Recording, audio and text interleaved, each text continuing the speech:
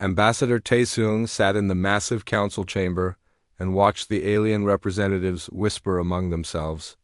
The room was enormous, built to hold hundreds of different species from across the galaxy. Some floated in special atmosphere tanks. Others stood on platforms adjusted to their gravity needs.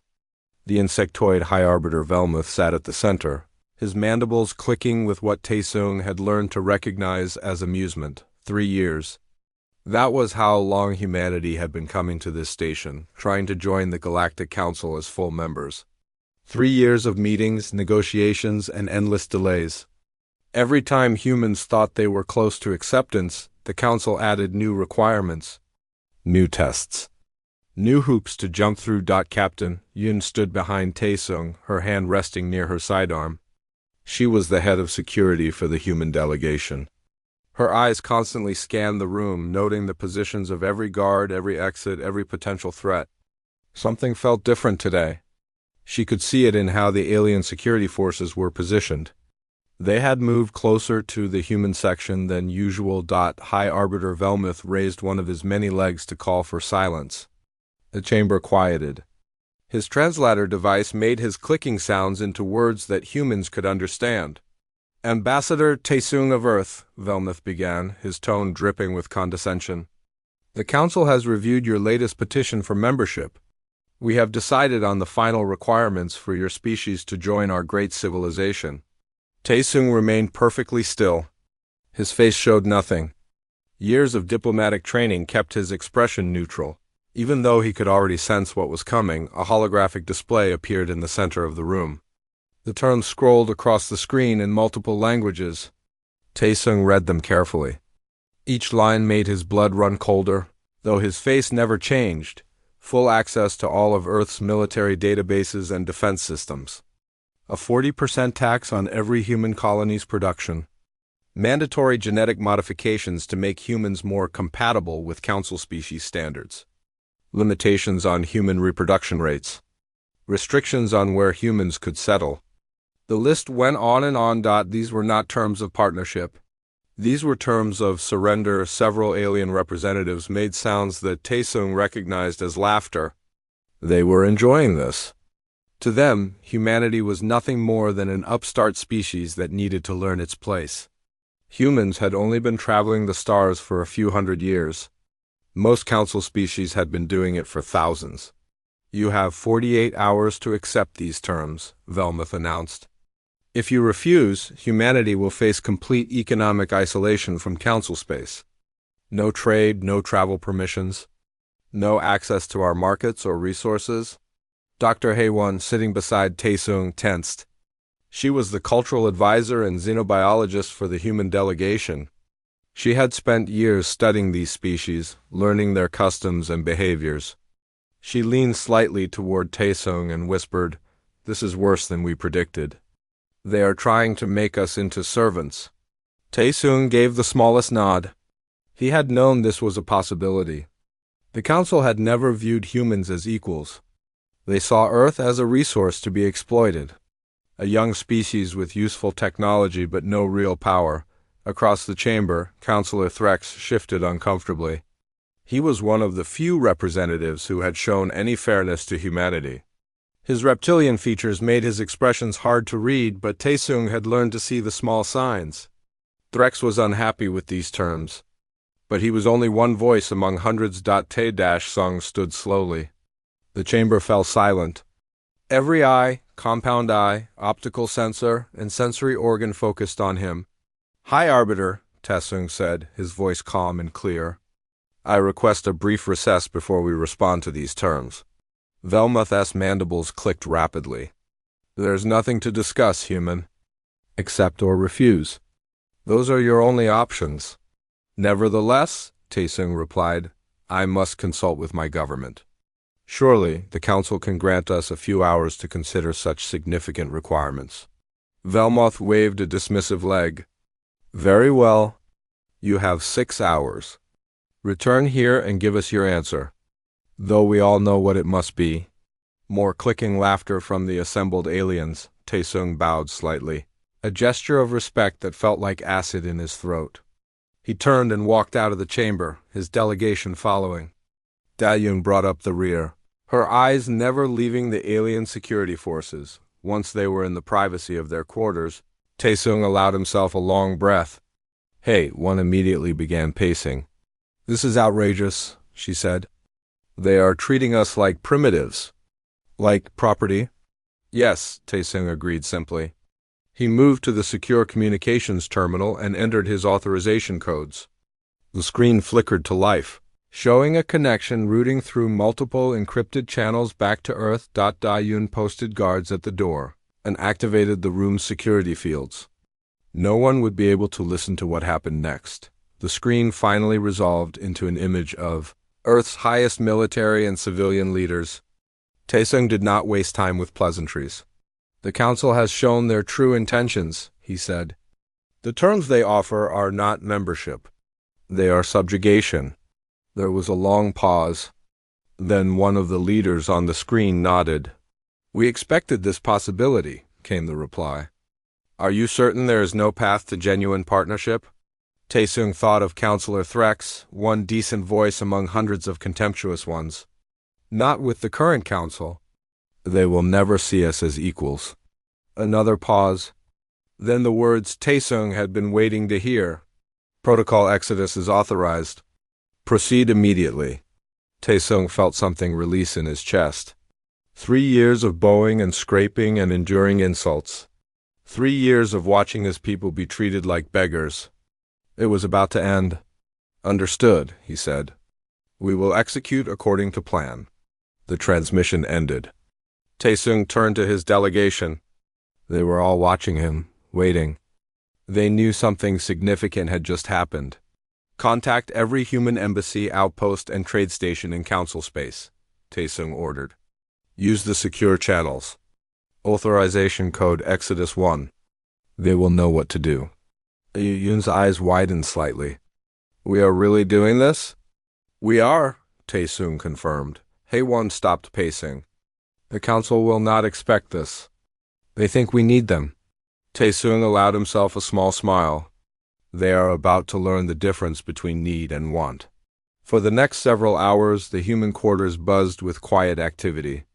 Encrypted messages flew across the galaxy. Taesung reviewed reports and confirmed that every human facility was ready. Everything that had been prepared in secret for the past year was now being set into motion. When it was time to return to the council chamber, Taesung dressed carefully in his formal diplomatic robes. He looked at himself in the mirror.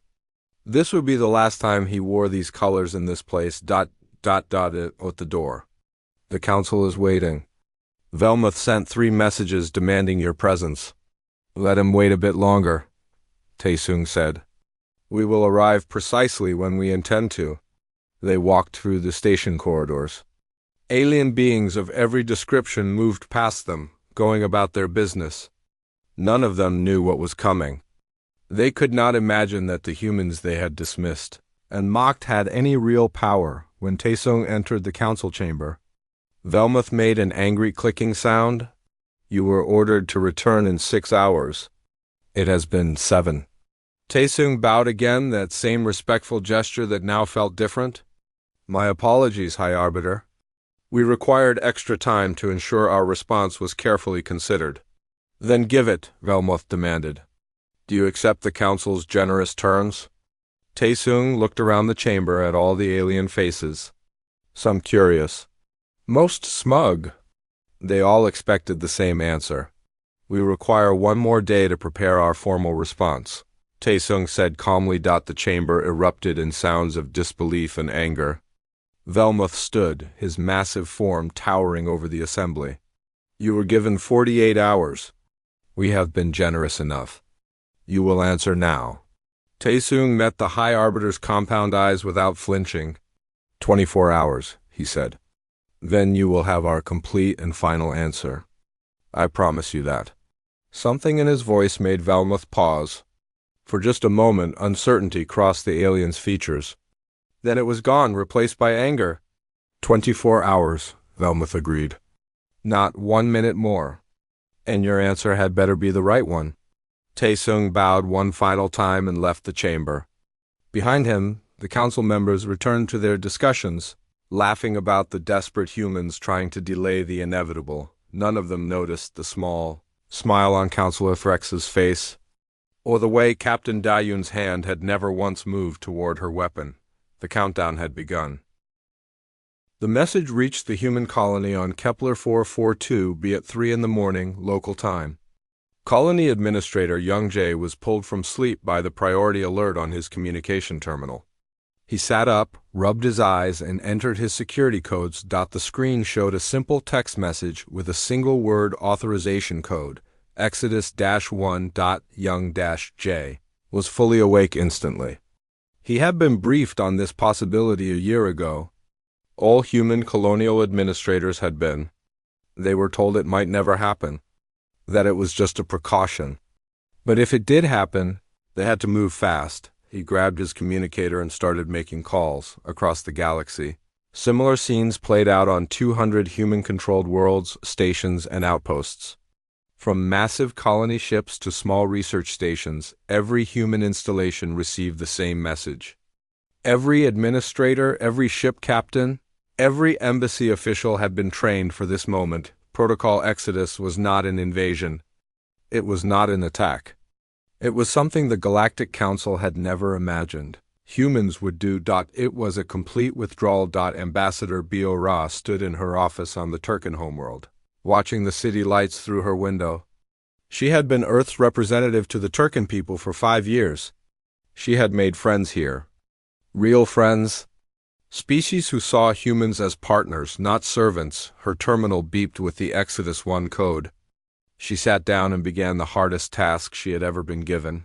She sent private messages to a dozen Turkan officials. People who had shown respect to humanity. People who might speak up when the time came. She could not tell them everything, but she could give them a warning. Something is about to happen in the council, she wrote. If you value our friendship, speak up for fairness in the next session. This is the last chance. She sent the messages, then began packing her office. Every document, every piece of human technology, every gift and decoration. It all had to go. On Station Veritas, Director J. Rim coordinated the largest covert operation in human history. His face appeared on secure screens in every human facility across Council space. He was Earth's intelligence chief, a man who dealt in secrets and information, but this was not about spying. This was about logistics. All personnel are to begin immediate evacuation procedures, he instructed. Maintain normal appearances for as long as possible. No panic, no rush, just a steady, quiet withdrawal. Ships will arrive at designated coordinates. You have your schedules. Follow them exactly. In the council markets, human merchants suddenly began closing deals early. Contracts that had months left were fulfilled ahead of schedule. Payments were refunded with apologies about unexpected circumstances. It seemed random, scattered. Just individual business decisions, but it was coordinated down to the hour, human manufactured. Medical equipment began disappearing from hospital supply chains. Not stolen. Simply bought back by human trading companies at premium prices. Market fluctuations, the merchants explained. Supply chain adjustments. Council economists noticed the trend but were not concerned. It was just the market being the market. Besides, humans would be accepting the council's terms soon. Everything would go back to normal. Young Jae stood in the colony's central square and watched families board transport ships. 3,000 humans lived on this world. Every single one of them was leaving. The colony had taken 15 years to build. They were abandoning it in less than a week. An elderly woman stopped beside him, carrying a small bag of personal items. We are really leaving everything behind? She asked. We take what matters, Young Jae replied. Our people, our knowledge, our dignity. The rest is just things. She nodded and boarded the ship. In the Council Intelligence Headquarters, analysts stared at their monitors with growing confusion. Human ship movements had increased significantly. Cargo vessels, passenger transports. Even some military escorts were moving through Council space in unusual patterns. An analyst brought the data to his supervisor. a crystalline being whose species had been gathering intelligence. For 3,000 years? It looks like the humans are repositioning assets, the analyst reported. The supervisor barely glanced at the data. They are probably just posturing, trying to look strong before they accept our terms. Ignore it unless they do something threatening. The analyst returned to his station. Unconvinced but overruled. Counselor Threx sat in his private chambers, reading the message Ambassador Bo-Ra had sent him. He had suspected something like this might happen. The council had pushed too hard, demanded too much. He had watched Taesung's face during the presentation of terms. That was not the face of a man about to surrender. Threx composed a message to High Arbiter Velmuth.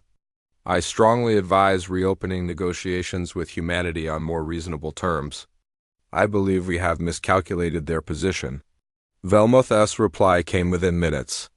Your sympathy for the humans is noted and ignored. They will accept because they have no choice. This discussion is closed. Threx deleted the exchange and prepared for what he suspected was coming, on Earth. In the deep command centers beneath the Pacific Ocean, military and civilian leaders monitored the exodus in real time. Holographic displays showed every human ship, every evacuation point, every step of the withdrawal. Admiral Hyun-woo commanded the Deep Space Fleet, humanity's first line of defense. His ships were already moving into position along the border of human-controlled space. They were not preparing to attack. They were preparing to defend and ensure safe passage for the evacuating civilians. All civilian transports are on schedule, an officer reported. No incidents so far. Maintain readiness level 3, Hyun-woo ordered. The council has not realized what we are doing yet. When they do, things might get complicated. In a research facility on Mars, engineer Min Seo reviewed the final checklist for Operation Lockdown.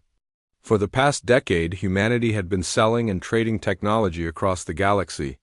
Medical equipment that saved millions of lives. Communication systems that connected distant worlds. Agricultural tools that ended famines. Terraforming equipment that made dead worlds livable. All of it had one thing in common. Every piece of advanced human technology contained a small piece of code. A licensing protocol that verified the user had the right to operate it.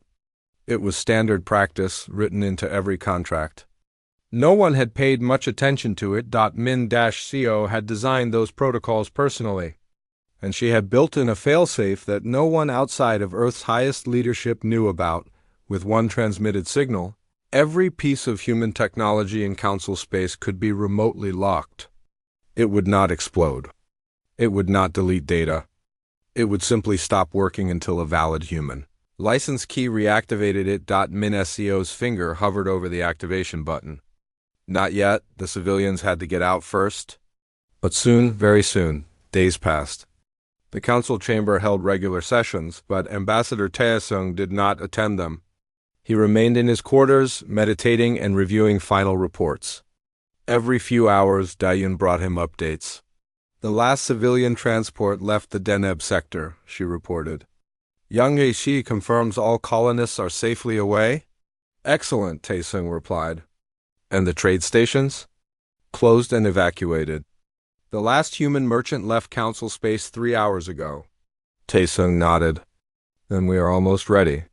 Throughout council space, aliens began noticing the absence. The human merchants who had been everywhere were suddenly gone. Human technicians who maintained critical systems had disappeared. Human researchers, teachers, artists, and workers had all vanished like smoke, but it happened so gradually, so smoothly that no one raised an alarm. They assumed humans were just laying low, waiting to accept the council's terms in shame. On the station markets, supplies of human goods dwindled to nothing. Merchants who tried to reorder were told that human companies had temporarily suspended operations in council space.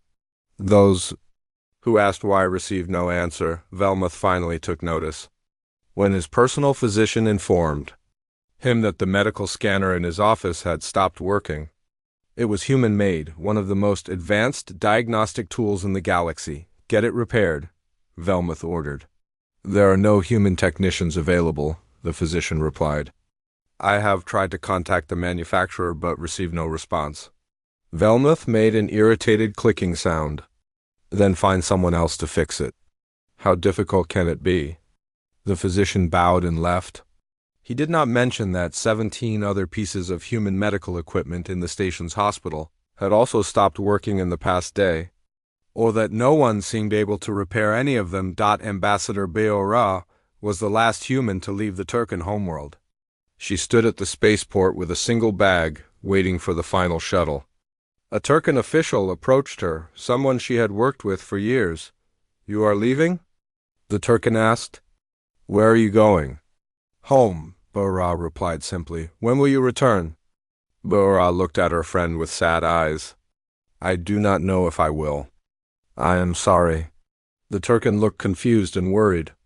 What is happening? The council demanded too much, Beora said. We gave them every chance to be fair. They chose otherwise. Now they will learn what happens when you treat partners like servants. She boarded the shuttle before the Turkan could ask anything else. In his quarters on Station Veritas, Taesung dressed in his formal robes one last time. The 24 hours were almost up. Captain Dae-yoon stood at the door ready. All personnel act. The president's face on the hologram was calm and professional. There was no anger in the expression. No threats. Just simple, clear words. To the members of the Galactic Council, the recording began. After careful consideration of your proposed terms for humanity's membership, we must respectfully decline. The conditions you have presented are not those of partnership, but of subjugation. Humanity does not accept subjugation. Murmurs rippled through the chamber. Velmuth's mandibles stopped clicking. This was not what they had expected. Therefore, the president continued, effective immediately, humanity withdraws all presence from council space. We will pursue our development independently. We wish the council well in their future endeavors. The hologram faded. Silence filled the massive chamber, then someone laughed. Then another. Soon the entire assembly was making sounds of amusement in hundreds of different languages and forms. Velmuth stood, his compound eyes gleaming with contempt. Withdraw? You think you can simply leave? You think you can survive without us? He gestured around the chamber. This is the pinnacle of galactic civilization. We offer you a place, however small, and you refuse? Taesung stood quietly, his hands folded. He said nothing. He simply waited. You will be back, Velmuth declared. Within a month, perhaps 2, you will come crawling back. And when you do, the terms will be even harsher. More laughter. More clicking and chirping and various sounds of mockery. Taesung bowed one final time. We shall see, he said simply. Then he turned and walked out of the chamber. Captain Dae-yoon followed. They did not look back. 3 hours later, the first reports started coming in. A hospital on the planet Theros sent an urgent message to the council. 17 patients were in critical condition because the medical scanners had stopped working. All of them were human-made. The hospital had tried to repair them, but the systems were locked. They needed human technician authorization codes to reactivate, but there were no human technicians. They had all left. A trade hub in the Deneb sector reported that their FTL communication array had gone offline. The entire array was built using human technology. Without it, the hub could not coordinate shipping or receive news from other systems. They were effectively isolated. A terraforming colony on a barely habitable world sent a desperate plea. The atmospheric processors that made the air breathable had shut down. They had maybe 48 hours before the air became toxic. The processors were human-designed and human-built. The reports kept flooding in. Hundreds of them. Then thousands. In the Council Intelligence Center. The analysts who had dismissed the human ship movements now stared at their screens in shock. Every single human had left Council space. Not some of them. All of them. Over 3 million people evacuated in less than a week without anyone noticing until it was too late. And everywhere they had been, their technology was failing. Not breaking. Not destroyed. Just locked. waiting for authorization codes that would never come. High Arbiter Velmuth called an emergency session. The chamber was chaos. Representatives screamed at each other in a dozen languages. Some blamed Velmuth. Others blamed humanity. Many simply panicked. "This is sabotage!" Someone shouted. "This is an act of war." Another declared. Counselor Threx stood calmly amid the chaos. "This is neither," he said. "This is business." Every contract humanity signed included licensing terms. They own the rights to their technology. If they choose not to renew those licenses, that is their legal right. Legal right? Velmuth turned on Threx. Millions of beings will die without that technology. They cannot simply turn it off. They did not turn it off during the evacuation, Threx pointed out. They waited until every human was safely out of our space. Then they exercised their contractual rights. We have no legal recourse. The chamber erupted in fresh chaos on Earth in the command center. The leadership watched the council's panic with grim satisfaction. Holographic displays showed real-time data on every locked piece of technology. The locations, the types, the critical systems that were failing.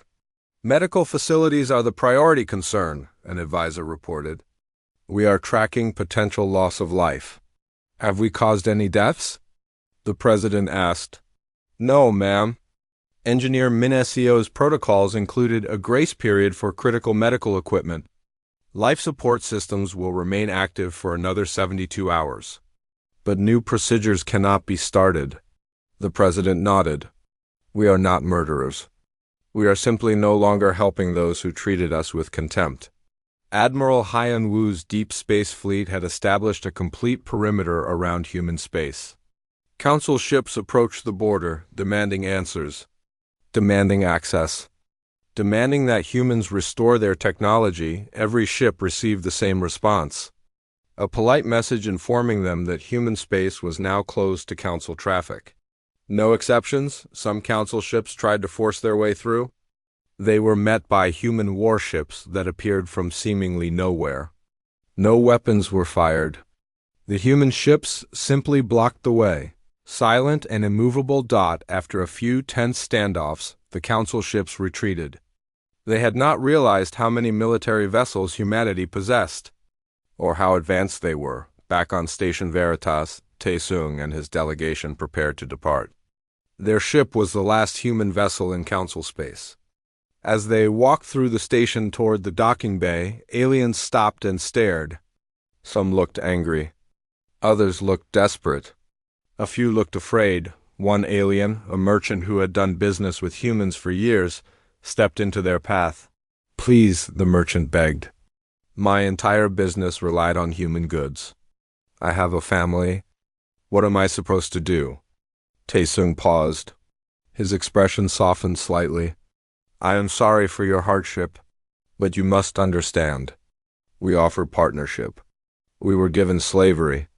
We cannot accept that. Not for any price. But the Council speaks for all of us, the merchant protested. Then perhaps you should have spoken louder when the Council was deciding our fate, Taesung replied. We are not your servants. We are not your property. We are your equals, or we are nothing to you. He walked past the merchant and boarded the ship. The journey back to human space took 3 days. Taesung spent most of it in meditation, reviewing the past 3 years. All the insults, all the condescension, all the times he had been forced to bow and smile, while being treated like a primitive. It was over now. Captain Dune found him on the observation deck, staring at the stars, feeling satisfied. She asked. No, Taesung said. I feel sad. This did not have to happen. If the Council had simply treated us with basic respect, we could have accomplished great things together. They will see that now, Dayun said. Too late, but they will see it. 3 weeks after humanity's withdrawal, the Galactic Council was in complete disarray. Economies crashed as trade networks dependent on human communication technology collapsed. Planets rioted as hospitals failed and food production halted. The Council sent dozens of envoys to the human border, begging for negotiations. All were turned away with the same message: humanity is closed. We are pursuing independent development. Some council members tried different approaches. They offered apologies. They offered better terms. They offered wealth and resources if humans would just restore the technology. Every offer was refused. On Earth, Dr. Haywan compiled a comprehensive report on the aftermath of the withdrawal. She had spent years studying alien psychology. Now she was studying alien collapse. The Council built their entire modern civilization on a foundation they did not fully understand, she wrote. They took human innovation and spread it across the galaxy without ever learning how it worked.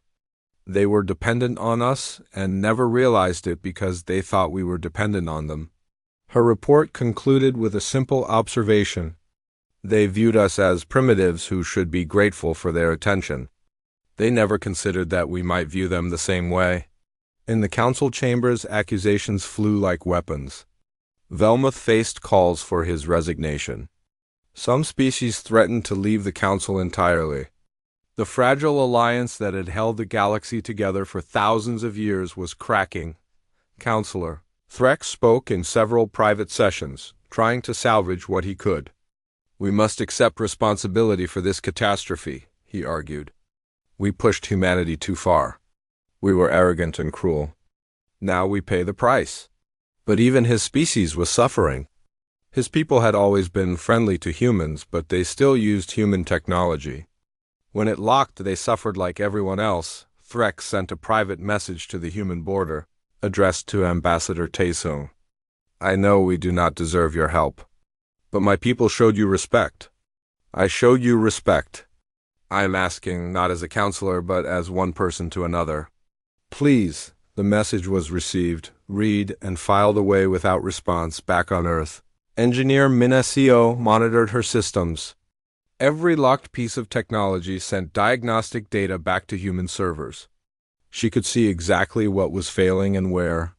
We could reactivate the critical medical systems remotely, she suggested during a leadership meeting, without them even knowing, just to prevent unnecessary deaths. The discussion was long and difficult. Finally, a decision was made. Reactivate critical life support only, the president ordered. Medical equipment that keeps people alive? Nothing else. And do it anonymously. I do not want them to know we helped. Minacio nodded and began entering commands. 6 weeks had passed since humanity closed its borders. The Galactic Council had descended from disarray into outright chaos on the planet Theros. Riots broke out in the capital city. The government had promised that the technology would be restored within days, then weeks. Now those promises rang hollow as infrastructure continued to fail.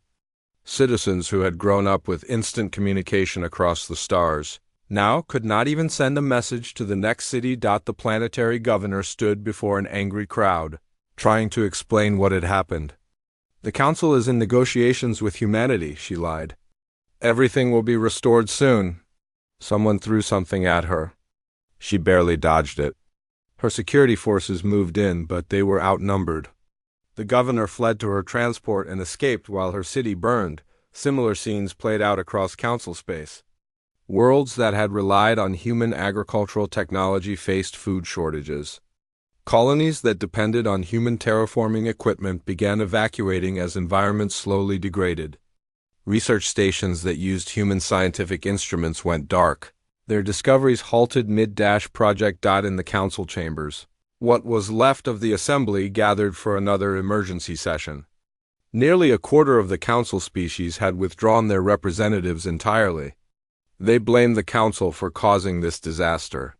Some were forming their own regional alliances, abandoning the central authority that had governed the galaxy for millennia. High Arbiter Velmuth was gone. He had resigned in disgrace and returned to his homeworld. The position remained vacant because no one wanted the job of leading during such catastrophic failure. Counselor Threx now chaired the sessions. He was one of the few representatives that anyone still trusted. He called for order, his reptilian voice cutting through the chaos. We must face reality, Threx announced.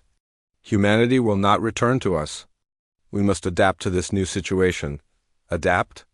A counselor shouted. Half my worlds are without basic communication. How do we adapt to that? We rebuild, Threx replied calmly. We learn to create our own technology instead of depending on others. That will take decades. Another representative protested. Centuries, perhaps. Then we have our work ahead of us, Threx said. But first, we must understand how this happened. He activated a holographic display. Images appeared of human technology spread across the galaxy. Medical equipment, communication systems, agricultural machines, terraforming tools, power generators, transportation networks. This is every major system that humanity either created or significantly improved over the past century, Threx explained. We incorporated all of it into our civilization without truly understanding how any of it worked. We took their innovations and spread them everywhere, becoming completely dependent on them. The chamber fell silent as the counselors stared at the display. The scope was staggering.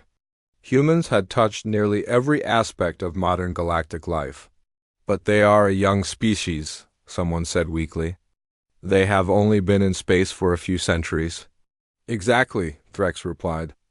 A young species that innovated more in 300 years than we did in 3,000? And instead of recognizing their value, we treated them like servants. We told ourselves they needed us because we were older, more established. We never questioned if perhaps we needed them more. In the back of the chamber, Merchant Lord Kix sat in ruins. His entire fortune had been built on human trade. He had warehouses full of human goods that he could no longer sell because no one could afford them.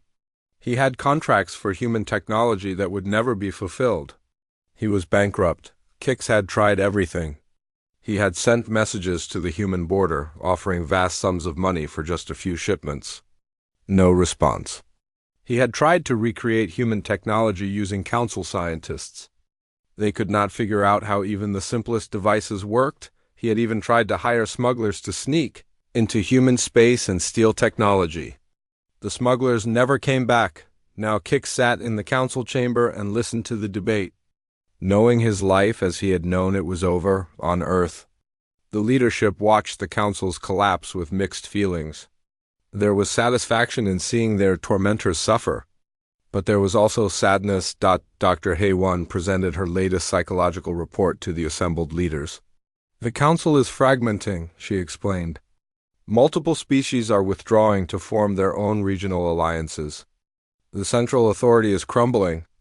Within a year, there may not be a galactic council at all. Is that what we wanted? Someone asked. We wanted respect, the president replied. We wanted to be treated as equals. We did not necessarily want to destroy their entire civilization. They destroyed themselves, Hay-1 said. We simply removed the crutch they did not know they were leaning on. When it was gone, they fell because they had no strength of their own. Admiral Hyun-woo joined the meeting via hologram from his flagship. Council military vessels continue to probe our borders. They are testing our defenses, looking for weaknesses. Have they found any? The president asked. Hyun-woo smiled. No, ma'am. In fact, I believe they are beginning to realize that our defensive capabilities far exceed what they expected. We have been building and advancing while they grew complacent. Maintain the perimeter, the president ordered. No one crosses. Not yet. Meanwhile, humanity thrived. The resources that had been flowing to council space were now being invested in human worlds. Colonies expanded. New settlements were founded. Research and development accelerated without council restrictions. Young Jae stood on the observation deck of the new colony world, watching construction drones build a city. In 3 months, they had accomplished more than they had in 3 years of trying to work within council regulations. We should have done this from the beginning, a colonist said, echoing what had become a common sentiment among returning humans. Perhaps, Young Jae replied, but we had to try. We had to give them a chance to be better. Now we know what we are capable of on our own. Ambassador Bio Ra had returned to Earth and now worked in the diplomatic corps, training the next generation of human ambassadors. She taught them everything she had learned about alien psychology and galactic politics, but she also taught them something else. Never bow to those who do not respect you, she told her students. Humility is a virtue. Humiliation is not. Know the difference. One student raised a hand. Will we ever rejoin the galactic community? Bora considered the question. Perhaps. If they learn to treat us as equals. If not, we will build our own community. We do not need them to thrive. In council space, Counselor Threx made a decision. He sent an encrypted message to the human border. Not a plea for help, not an offer of trade, just information. I am sharing classified intelligence, the message read. Several council species are planning to attack human space. They are desperate and dangerous. They believe they can force you to restore the technology. I estimate you have 2 weeks before they strike. The message was received, decoded, and immediately forwarded to Earth's military command. Admiral Hyun-woo read it carefully, then smiled. They are going to attack us? That appears to be their plan, an intelligence officer confirmed. Counselor Threx's information matches our own surveillance. 3 species are assembling a joint fleet. They seem to believe we are weak. Then they are in for an unpleasant surprise, Hyun-woo said. Prepare the fleet for defensive operations. And make sure we have recording drones ready. I want the entire galaxy to see what happens when they attack us. The President authorized the defensive measures. We will not strike first. But we will defend ourselves completely. Show them that we have not just been selling technology. We have been advancing it. Back in council space, the 3 species planning the attack held secret meetings. They had convinced themselves that humanity's withdrawal was just posturing, that humans were actually weak, hiding behind closed borders. They believed that a show of force would make Earth surrender and restore the technology. They could not have been more wrong. On the 13th day after Threx's warning, the joint fleet crossed into human space. 60 warships representing the military might of 3 different species. They expected to overwhelm human defenses and force a quick surrender. Instead, they found Admiral Hyun-woo waiting for them with a fleet twice their size. The human ships did not fire immediately. Instead, they broadcast a message across all frequencies. You have violated human sovereign space. You have one opportunity to withdraw peacefully. If you do not, you will be removed by force. This is your only warning.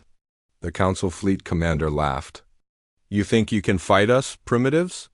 We have been waging war for thousands of years. Then you should know better, Admiral Hyun-woo replied calmly. Last chance? Withdraw or be destroyed. The Council Fleet opened fire. Was over in 11 minutes human defensive systems intercepted every missile, every energy weapon, every projectile the Council Fleet launched. Then the human ships returned fire. Not with overwhelming force. Not with destruction.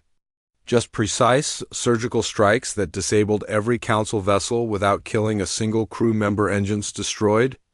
Weapons neutralized. Life support intact. The council ships drifted helplessly in space, unable to fight, unable to flee. Admiral Hyun-woo broadcast another message. Your crews will be escorted to the border and released. Your ships will be held as evidence of your unprovoked attack. 8 months had passed since humanity closed its borders. The galaxy had changed in ways that no one could have predicted. The Galactic Council no longer existed. The ancient institution that had governed hundreds of species for thousands of years had collapsed under the weight of its own arrogance. The central authority was gone. In its place, dozens of smaller regional alliances had formed. Some were peaceful. Others were already fighting over resources and territory. Ambassador Taesung stood in his office on Earth, looking at reports from across the galaxy. The chaos was worse than he had expected. Without the Council's authority, old grievances between species were resurging. Trade wars had become shooting wars in some sectors. Entire regions were destabilizing. We broke it, Captain Dean said, standing beside him. She had become his permanent advisor after their return from council space. No, Taesung replied. It was already broken. We just exposed the cracks. The Council maintained order through fear and tradition, not through genuine cooperation. When we removed ourselves, the whole rotten structure collapsed. Still, Yun said, people are suffering. Not the ones who deserved it. Regular people, families, children. Taesung nodded slowly. This was the conversation Earth's leadership had been having for months. They had won their freedom. They had proven their point. But watching the galaxy burn brought no satisfaction. A message alert chimed on his terminal. Taesung read it and sat down heavily. What is it?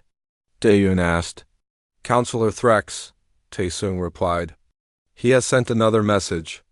The 17th one this month? Still asking for help? No, Taesung said quietly. He stopped asking 3 weeks ago. Now he is just sending information. Updates on refugee movements. Reports on which species are forming stable alliances. Intelligence on hostile factions.